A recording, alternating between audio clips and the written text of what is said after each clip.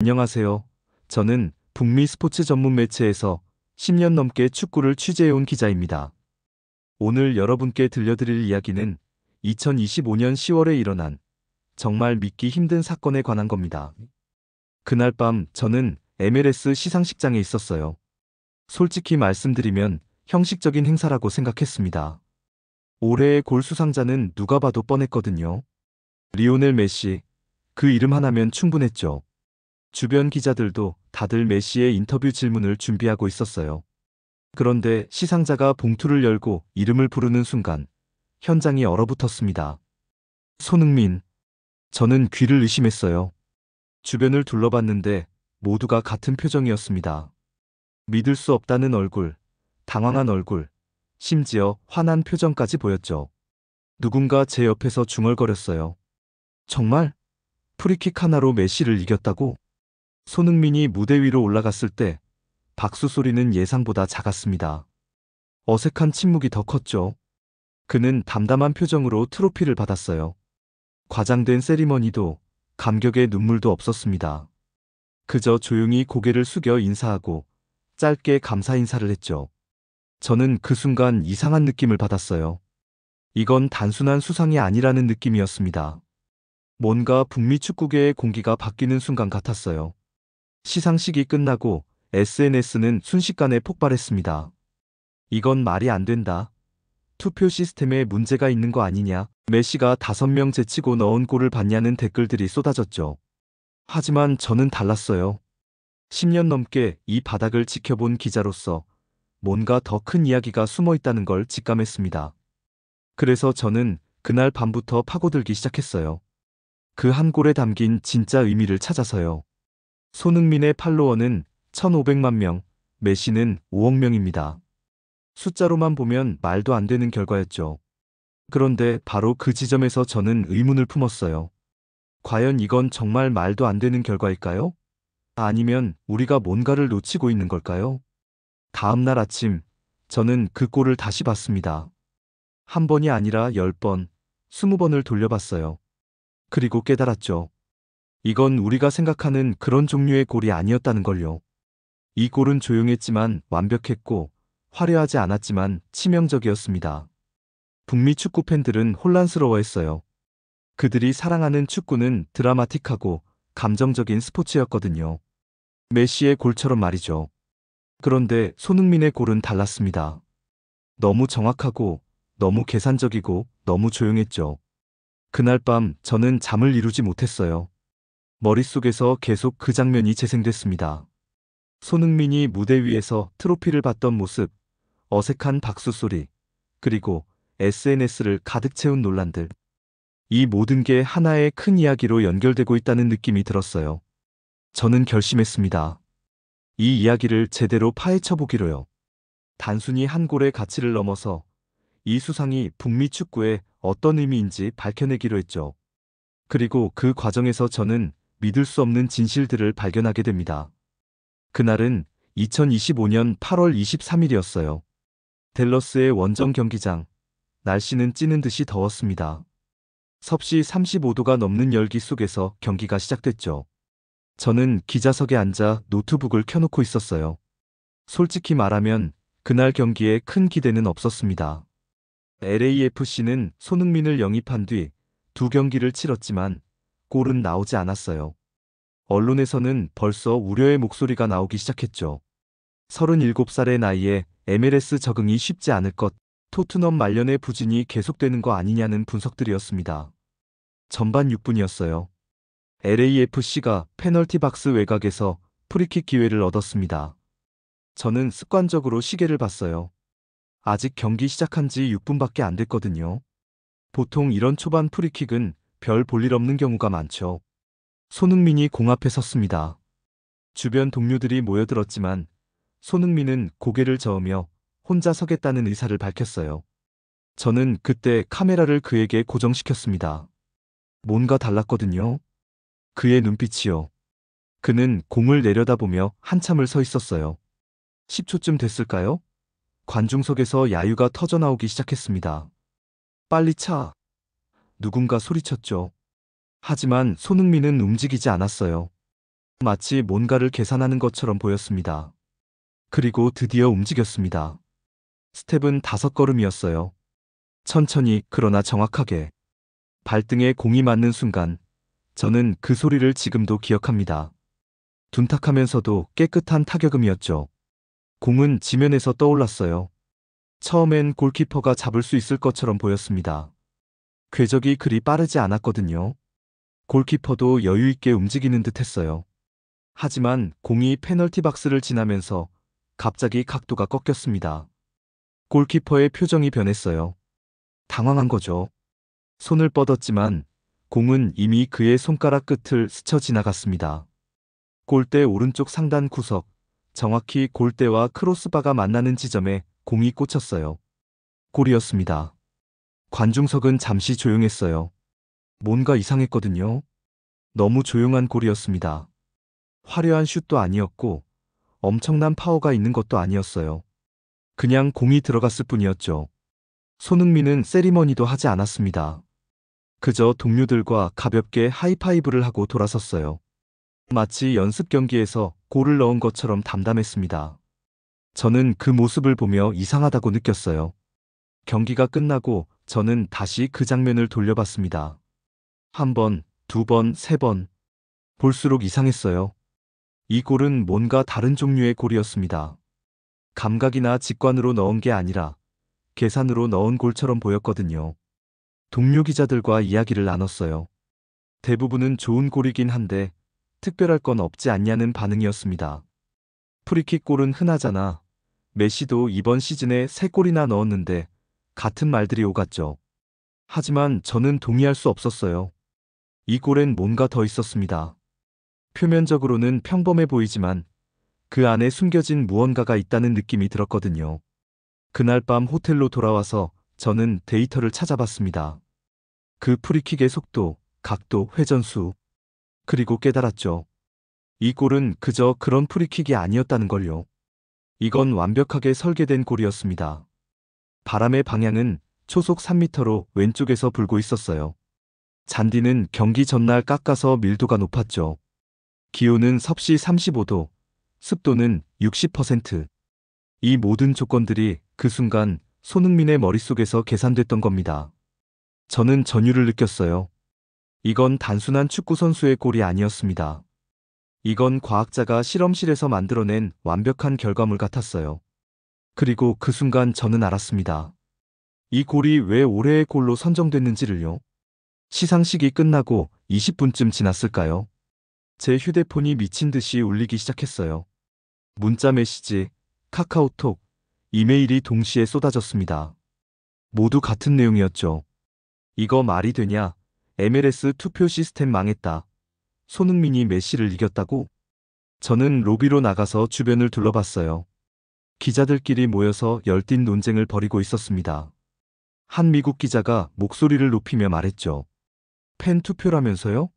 손흥민 팔로워가 1,500만이고 메시는 5억인데. 이게 말이 됩니까? 그의 얼굴은 붉게 상기되어 있었어요. 소셜미디어는 더 심각했습니다. 트위터에서 해시태그가 순식간에 트렌드 1위에 올랐어요.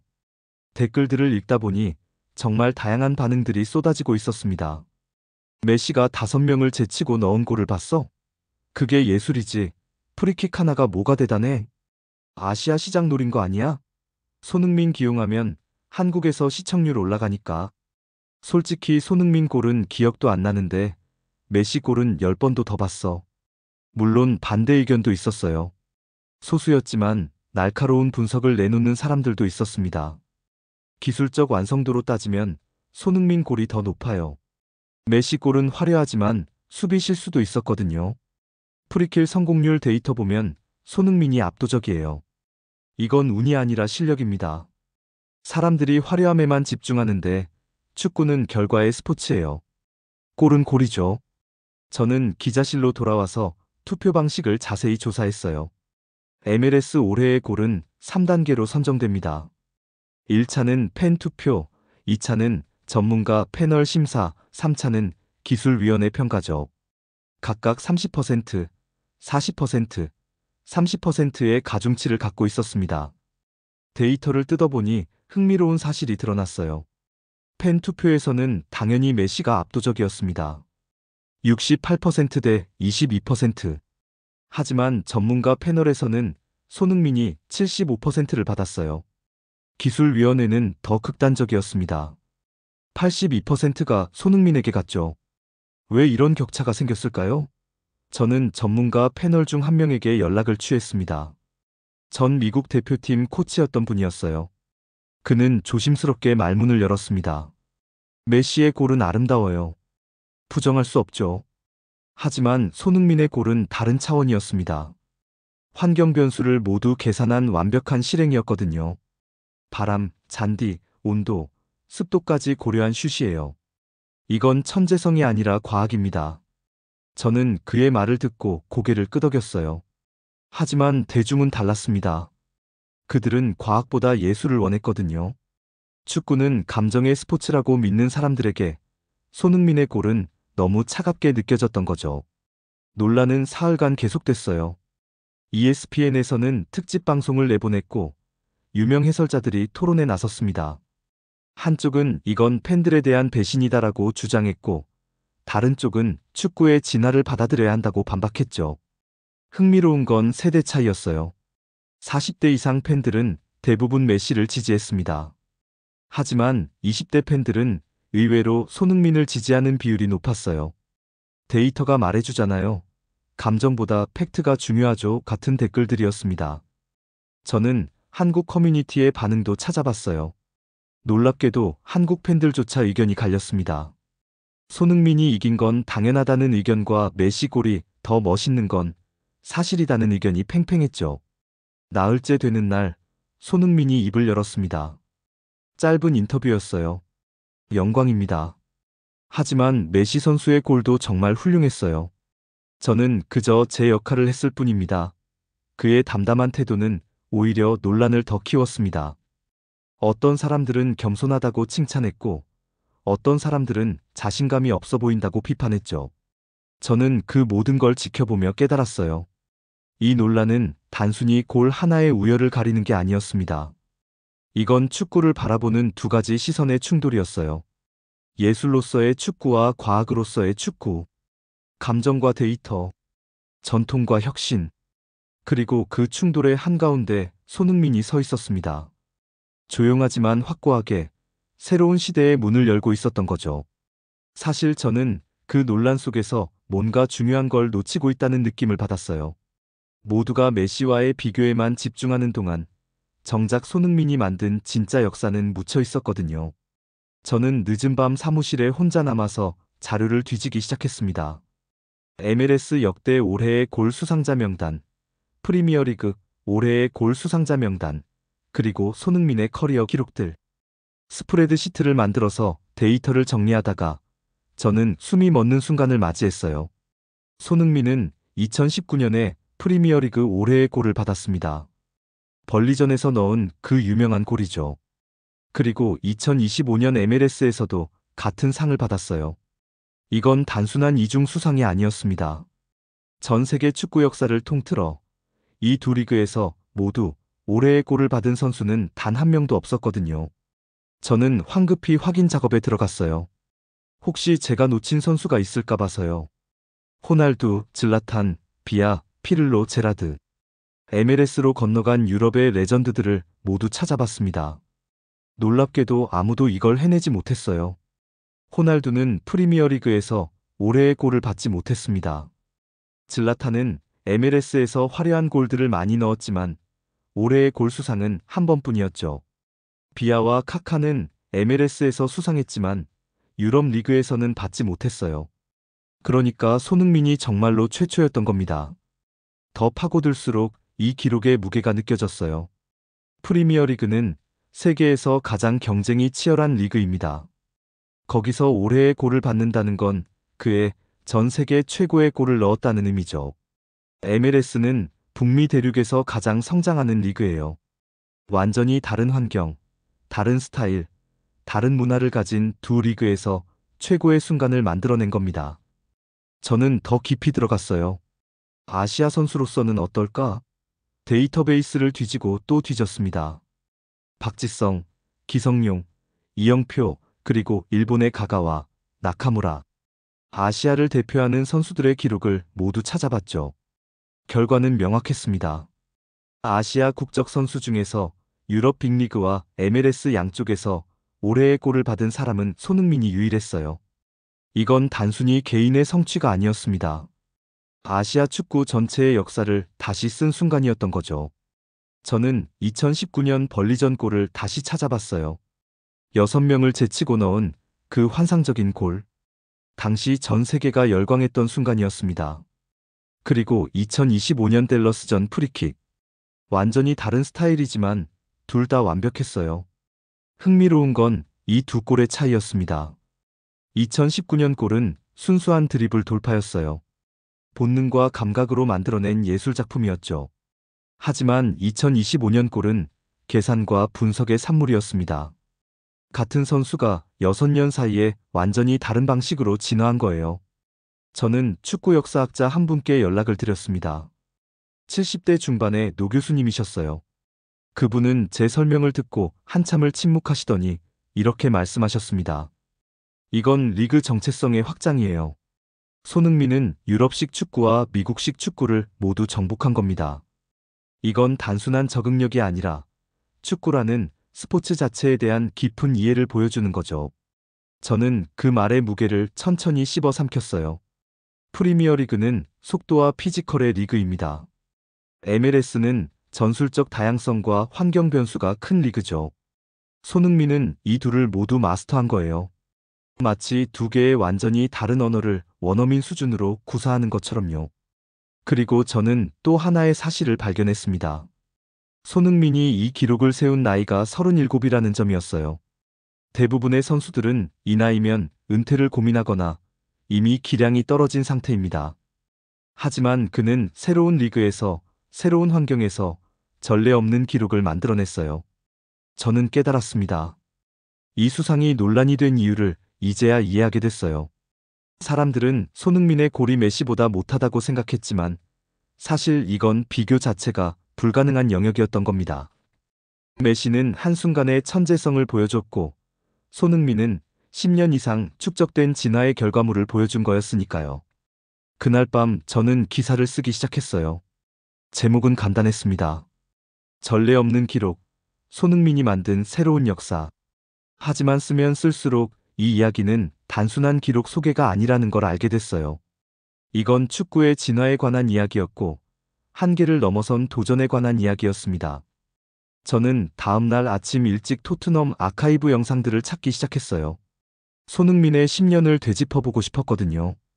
그가 토트넘에서 보낸 시간들, 특히 프리킥과 관련된 순간들을 모두 찾아봤습니다. 놀라운 사실을 발견했어요. 손흥민은 토트넘에서 10년간 단 17번의 프리킥 기회를 얻었습니다. 10년 동안 17번이에요. 계산해보니 1년에 평균 1번에서 2번 골이었죠. 이건 말도 안 되는 숫자였습니다. 영상을 보니 이유를 알 수 있었어요. 크리스티안 에릭센이 있었습니다. 그가 떠난 뒤에는 해리 케인이 모든 프리킥을 담당했죠. 가끔 손흥민이 공 앞에 서면 동료들이 다가와서 양보를 요구하는 장면도 보였어요. 손흥민은 매번 웃으며 물러섰습니다. 저는 그 장면들을 보며 가슴이 답답해졌어요. 손흥민의 표정에는 아쉬움이 역력했거든요. 공을 바라보는 그의 눈빛, 뒤로 물러서면서 한 번씩 돌아보는 모습. 그는 분명하고 싶었을 거예요. 하지만 기회는 오지 않았습니다. 더 파고들어 봤어요. 토트넘 훈련 영상들을 찾았습니다.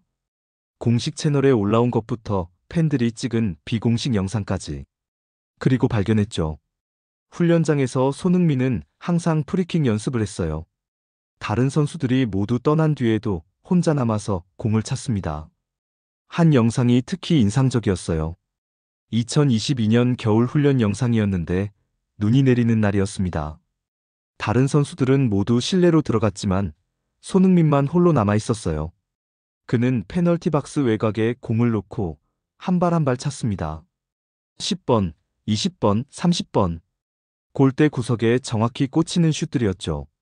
저는 토트넘 시절 그의 동료였던 선수에게 연락을 취했어요. 은퇴한 뒤 해설가로 활동하는 분이었습니다. 그는 제 질문을 듣고 씁쓸하게 웃더군요. 손은 팀에서 가장 프리킥을 잘 찼어요. 다들 알고 있었죠. 훈련 때 보면 거의 100% 성공률이었거든요. 하지만 경기에선 기회가 안 왔어요. 에릭센이 있었고 케인이 주장이었으니까요. 손은 한 번도 불평하지 않았습니다. 그게 더 안타까웠어요. 저는 그 말을 듣고 통계를 다시 찾아봤어요. 에릭센의 프리킥 성공률은 6%였습니다. 케인은 8%였죠. 나쁜 숫자는 아니에요. 하지만 손흥민이 찬 17번의 프리킥 중 5번이 골로 연결됐습니다. 29%의 성공률이었어요. 이건 믿을 수 없는 수치였습니다. 프리킥 성공률 20%만 넘어도 세계 최정 상급인데 그는 거의 30%에 달했던 거예요. 그런데도 기회는 오지 않았습니다. 저는 손흥민의 인터뷰 기록들을 찾아봤어요.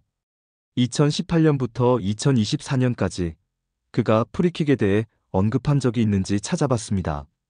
놀랍게도 단 한 번도 없었어요. 불만을 토로한 적도, 기회를 달라고 한 적도 없었습니다. 그는 철저히 침묵했어요. 하지만 그의 몸은 거짓말을 하지 않았습니다.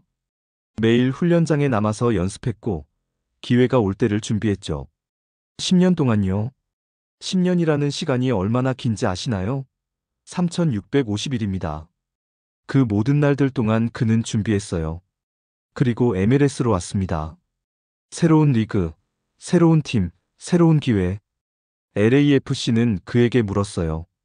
프리킥을 차고 싶으신가요? 손흥민은 고개를 끄덕였습니다. 그게 전부였어요. 댈러스전은 그의 세 번째 경기였습니다. 이적 후 아직 골도 넣지 못한 상태였죠. 언론에서는 벌써 우려의 목소리가 나오고 있었어요. 37살의 나이가 문제다. 적응이 쉽지 않을 것 같은 이야기들이었습니다. 전반 6분, 프리킥 기회가 왔어요. 손흥민은 공 앞에 섰습니다. 동료들이 다가왔지만 이번엔 그가 고개를 저었어요. 내가 차겠다는 의미였죠. 동료들은 물러섰습니다. 이건 토트넘에서는 볼 수 없던 장면이었어요. 그리고 그는 10년간 준비해온 모든 것을 그 한 발에 담았습니다. 수천 번의 연습, 억눌린 욕망, 참아온 시간들. 모든 게 그 순간 폭발했어요. 공은 완벽한 궤적을 그리며 골대에 꽂혔습니다. 저는 그 골을 다시 보며 깨달았어요. 이건 단순한 프리킥 골이 아니었습니다. 이건 10년의 침묵을 깬 함성이었고 억눌린 재능이 터져나온 순간이었어요. 사람들은 그저 프리킥 하나라고 생각했지만 그 안에는 3650일의 무게가 담겨 있었던 겁니다. 토트넘에서 그는 언제나 세컨드 옵션이었어요. 에릭센 다음, 케인 다음. 항상 뒤였죠. 하지만 MLS는 그에게 퍼스트 옵션이 될 기회를 줬습니다. 그리고 그는 단 한 번의 기회도 놓치지 않았어요. 저는 그날 밤 기사를 마무리하며 생각했습니다. 재능은 기회를 만나야 빛을 발한다는 걸요. 손흥민은 10년을 기다렸고 마침내 그 순간을 맞이했어요. 그리고 세상은 그제야 알게 된 겁니다. 그가 얼마나 대단한 선수였는지를요. 저는 그 골을 분석하기 위해 스포츠과학연구소에 연락을 취했어요.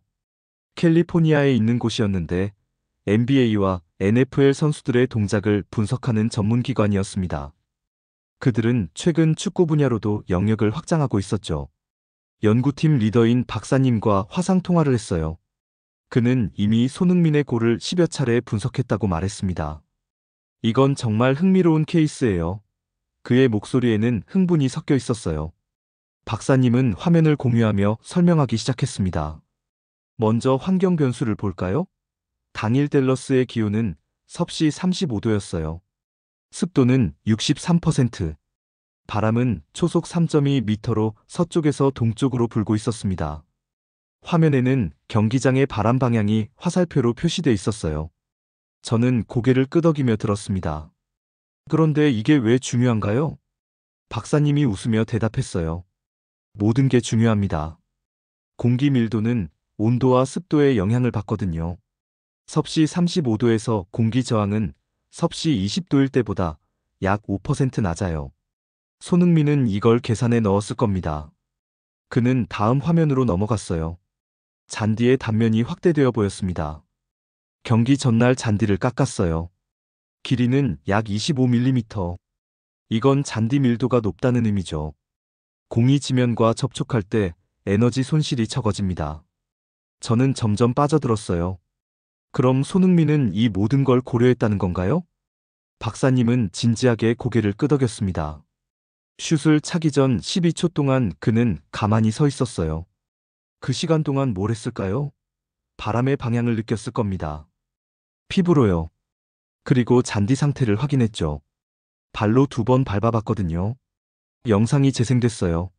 슬로우 모션으로 보니 정말 그랬습니다. 손흥민은 공 앞에 서서 한참을 기다렸어요. 그리고 오른발로 잔디를 2번 눌러봤습니다. 마치 스프링의 탄성을 확인하듯이요. 이제 슛 동작을 볼까요? 박사님이 프레임 단위로 영상을 넘기기 시작했어요. 그의 스텝은 5걸음입니다. 첫 걸음은 75cm, 두 번째는 65cm, 세 번째는 50cm. 점점 짧아지죠.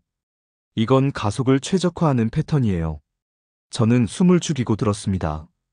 이건 단순한 축구가 아니었어요.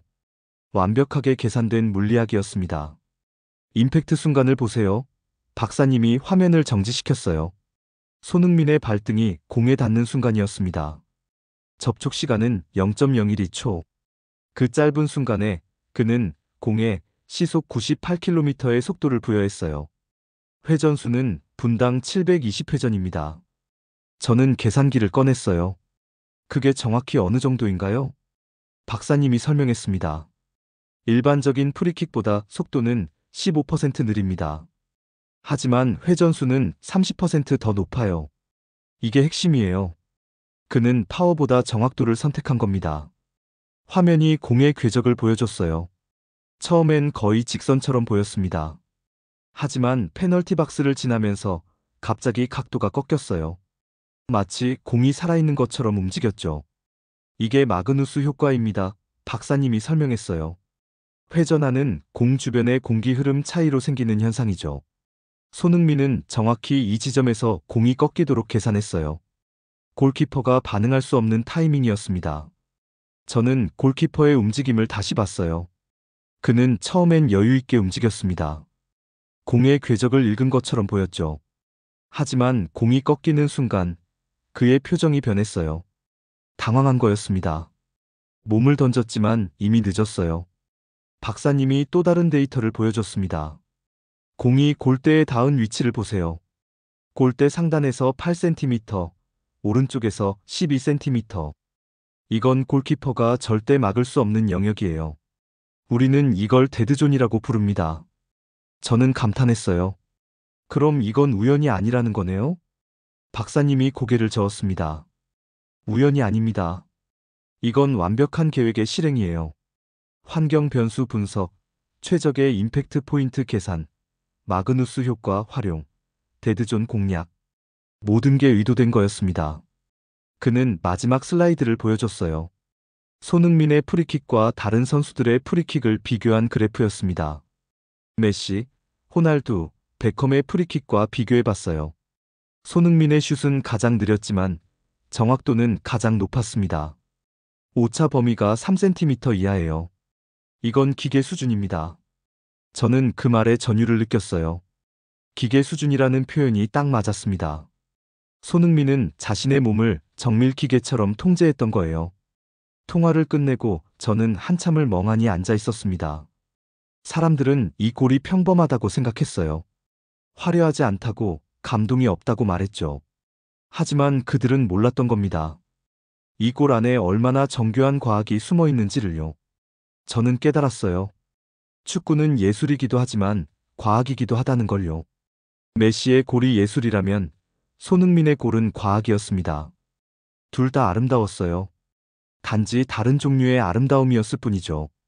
그리고 손흥민은 북미 축구 팬들에게 새로운 언어를 가르쳐주고 있었습니다. 데이터의 언어, 정밀함의 언어, 과학의 언어를요. 이건 혁명이었어요. 조용하지만 확실한 혁명이었습니다. 저는 메시의 골도 똑같이 분석해야 한다고 생각했어요. 공정한 비교를 위해서였죠. 그의 골은 2025년 9월 15일 애틀랜타전에서 나왔습니다. 모두가 기억하는 그 골이었어요. 영상을 다시 틀었습니다. 메시는 하프라인 근처에서 공을 받았어요. 그리고 시작됐죠. 첫 번째 수비수를 제쳤습니다. 왼쪽으로 공을 밀고 오른쪽으로 몸을 틀었어요. 수비수는 완전히 속았습니다. 두 번째 수비수가 달려들었어요. 메시는 발바닥으로 공을 끌어당겼습니다. 마치 요요처럼 공이 그의 발에 붙어 있었죠. 수비수는 그대로 지나쳤어요. 세 번째, 네 번째 수비수.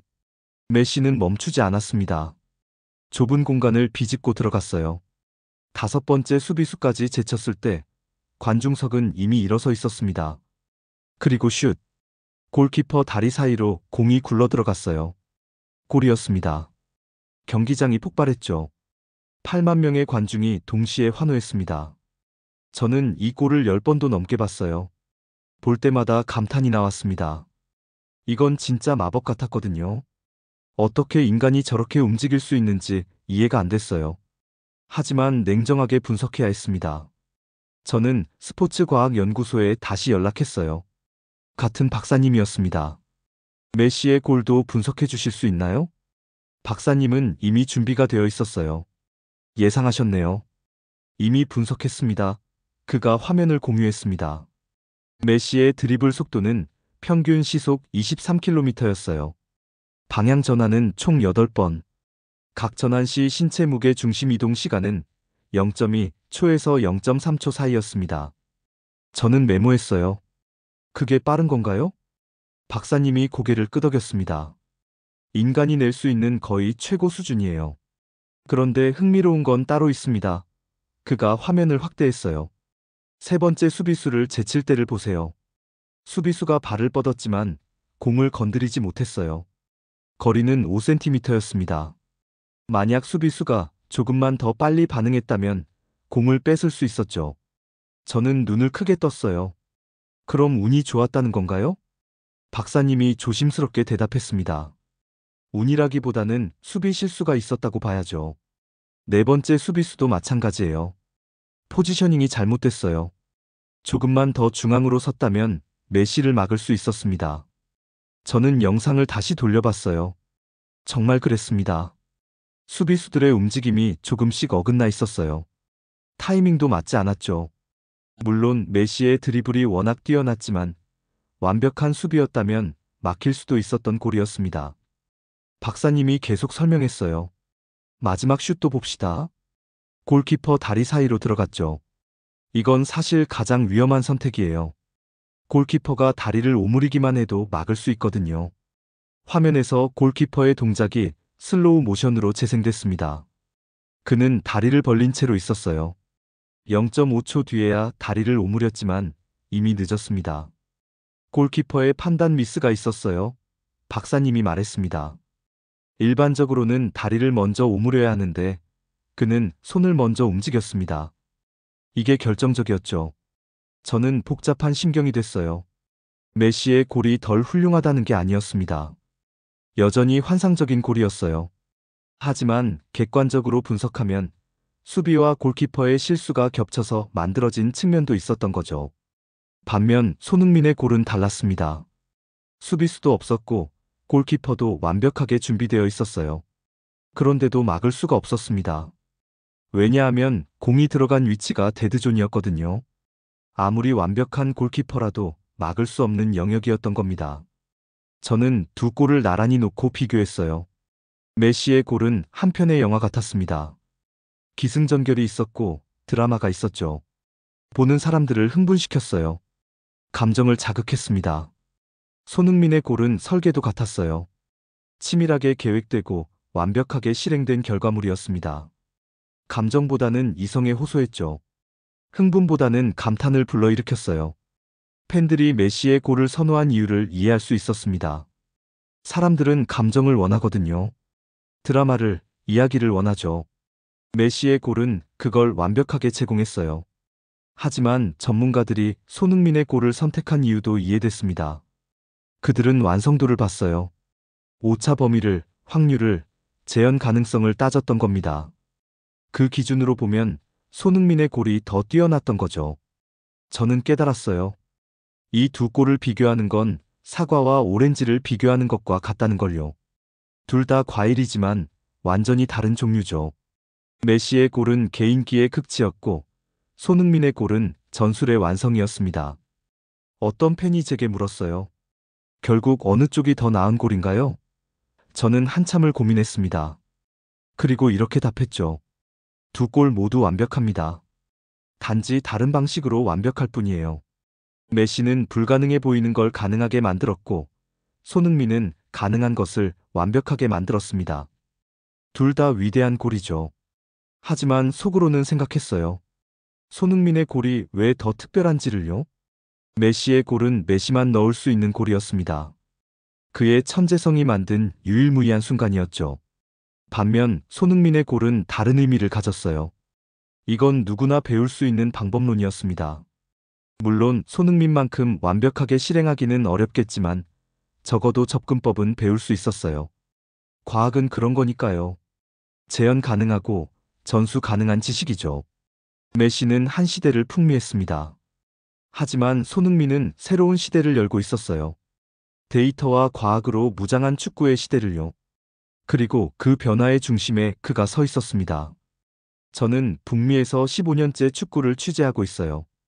그동안 아시아 선수들을 많이 봤습니다.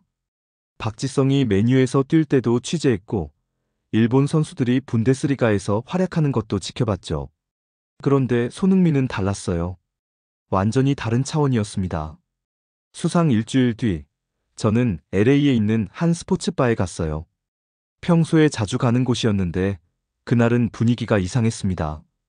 손흥민의 골 하이라이트가 대형 화면에 틀어져 있었거든요. 바텐더가 제게 말을 걸었어요. 40대 백인 남성이었는데 전형적인 미식 축구 팬이었습니다. 축구는 별로 관심 없다고 늘 말하던 사람이었죠. 저 한국 선수 봤어요? 진짜 대단하던데요. 그가 화면을 가리키며 말했습니다. 저는 놀라서 되물었어요. 축구 안 본다고 하지 않으셨어요? 그가 웃으며 대답했습니다. 아들이 보여줬어요. 프리킥을 물리학으로 설명하는 영상이었는데 완전히 빠져들었죠. 저건 예술이 아니라 과학이더라고요. NFL 쿼터백의 패스 같았어요. 저는 그 말에 무릎을 쳤습니다. 바로 그거였어요. 손흥민의 축구는 미국인들이 이해할 수 있는 언어로 말하고 있었던 겁니다. 통계의 언어, 데이터의 언어, 과학의 언어로요. 다음 날 저는 MLS 본부에 있는 마케팅 담당자를 만났어요. 그녀는 흥미로운 데이터를 보여줬습니다. 손흥민 수상 이후 일주일간 아시아계 미국인의 MLS 시청률이 320% 증가했어요. 이건 전례 없는 수치입니다. 화면에는 그래프가 떠 있었어요. 급격하게 치솟는 선이었습니다. 한국계뿐만 아니에요. 중국계, 일본계, 베트남계 커뮤니티에서도 반응이 뜨거웠습니다. 그들은 손흥민을 아시아 전체의 대표로 보고 있더라고요. 저는 고개를 끄덕였습니다. 왜 그럴까요? 박지성도 있었고 다른 아시아 선수들도 있었잖아요. 그녀가 설명했어요. 손흥민은 다른 방식으로 성공했어요. 피지컬이나 스피드가 아니라 지능으로요. 아시아인에 대한 고정관념을 깨지 않고 오히려 그걸 강점으로 활용했죠. 아시아인은 똑똑하다는 이미지를, 아시아인은 전략적이다는 인식을 긍정적으로 만들었어요. 저는 그 말이 정확하다고 느꼈습니다. 손흥민은 자신의 정체성을 숨기지 않았어요. 오히려 그걸 무기로 만들었죠. 육체가 아니라 두뇌로, 감각이 아니라 계산으로 승부했습니다. 며칠 뒤 저는 캘리포니아의 한 고등학교를 방문했어요. 축구부 감독이 인터뷰 요청을 해왔거든요. 가보니 놀라운 광경이 펼쳐져 있었습니다. 아이들이 태블릿을 들고 훈련하고 있었어요. 화면에는 바람의 속도, 잔디의 상태, 공의 회전수 같은 데이터들이 표시되어 있었습니다. 감독이 설명했어요. 손흥민 영상을 보고 나서 훈련 방식을 바꿨어요. 무조건 세게 차는 게 아니라 계산하고 분석하도록 가르치고 있습니다. 아이들이 완전히 달라졌어요. 특히 아시아계 아이들의 자신감이 엄청 높아졌죠. 한 한국계 학생이 다가왔습니다. 16살쯤 되어 보였어요. 저는 항상 몸이 작아서 고민이었어요. 코치님도 수비수로 포지션을 바꾸라고 하셨고요. 그런데 손흥민 선수를 보고 생각이 바뀌었어요. 키가 작아도 힘이 약해도 똑똑하면 이길 수 있다는 걸 깨달았죠. 그 학생은 이제 팀의 주전 프리킥 키커였습니다. 성공률이 팀에서 가장 높았어요. 매일 각도를 계산하고 바람을 측정하고 데이터를 기록해요. 친구들은 오버한다고 놀리지만 결과는 거짓말을 안 하잖아요.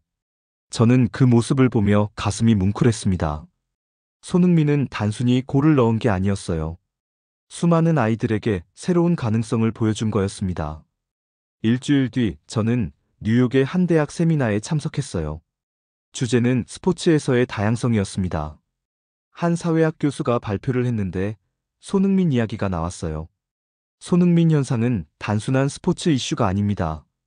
이건 북미 사회에서 아시아인의 위치가 변화하고 있다는 신호예요. 그는 조용하지만 효과적으로 고정관념을 깨고 새로운 이미지를 만들어가고 있습니다. 청중석에서 한 학생이 손을 들었어요. 하지만 여전히 많은 사람들이 메시가 이겼어야 한다고 말하잖아요. 이건 여전히 차별 아닌가요? 교수가 고개를 저었습니다. 그렇게 볼 수도 있죠. 하지만 중요한 건 손흥민이 이겼다는 사실이에요.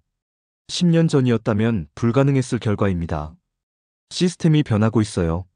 천천히 하지만 확실하게요. 저는 그날 밤 호텔방에서 소셜미디어를 뒤적였어요. 손흥민 관련 게시물들이 여전히 쏟아지고 있었습니다. 하지만 한 달 전과는 분위기가 달랐어요. 처음엔 이해 못했는데 다시 보니 정말 대단한 골이네요. 아시아 선수들도 메이저리그에서 최고가 될 수 있다는 걸 보여줬어요. 내 아들이 손흥민 때문에 축구를 시작했어요. 자기도 데이터로 축구를 하고 싶대요. 댓글 하나가 특히 눈에 들어왔습니다. 손흥민은 과장된 세리머니도 없고 화려한 퍼포먼스도 없어요. 그냥 묵묵히 자기 일을 할 뿐이죠. 그게 오히려 멋있어요. 진짜 프로페셔널이에요. 저는 그제야 깨달았습니다. 손흥민은 북미 축구 팬들에게 새로운 히어로의 상을 제시하고 있었어요. 목소리를 높이지 않는 리더, 자신을 드러내지 않는 스타, 결과로 말하는 선수. 이건 미국 스포츠 문화에서는 낯선 모습이었죠. 하지만 젊은 세대는 달랐습니다. 그들은 이런 스타일을 좋아했어요. 솔직하고 진정성 있고 과장되지 않은 모습을요. 손흥민은 그들의 언어로 말하고 있었던 겁니다. 수상 한 달 뒤, MLS는 손흥민을 리그 홍보대사로 임명했어요. 그는 짧은 수락 연설을 했습니다. 저는 특별한 사람이 아닙니다. 그저 제가 할 수 있는 최선을 다했을 뿐이에요. 모든 선수들이 그래야 한다고 믿습니다. 그 연설은 30초도 안 됐어요. 하지만 그 짧은 말 속에 모든 게 담겨 있었습니다. 겸손함, 성실함, 프로페셔널리즘, 그리고 조용한 자신감이요. 저는 그날 기사를 마무리하며 이렇게 썼습니다. 손흥민은 MLS의 시계를 두 시대로 나눴다. 그 이전과 그 이후로. 그리고 북미 축구는 이제 새로운 시대로 접어들고 있다. 데이터의 시대, 과학의 시대, 그리고 다양성의 시대로. 오늘 이야기가 재미있으셨다면 좋아요와 구독 부탁드릴게요. 그리고 댓글로 여러분의 생각을 꼭 남겨주세요. 손흥민의 골과 메시의 골, 여러분은 어느 쪽이 더 인상적이었나요? 다음 영상에서는 더 흥미진진한 스포츠 이야기로 찾아뵙겠습니다. 감사합니다.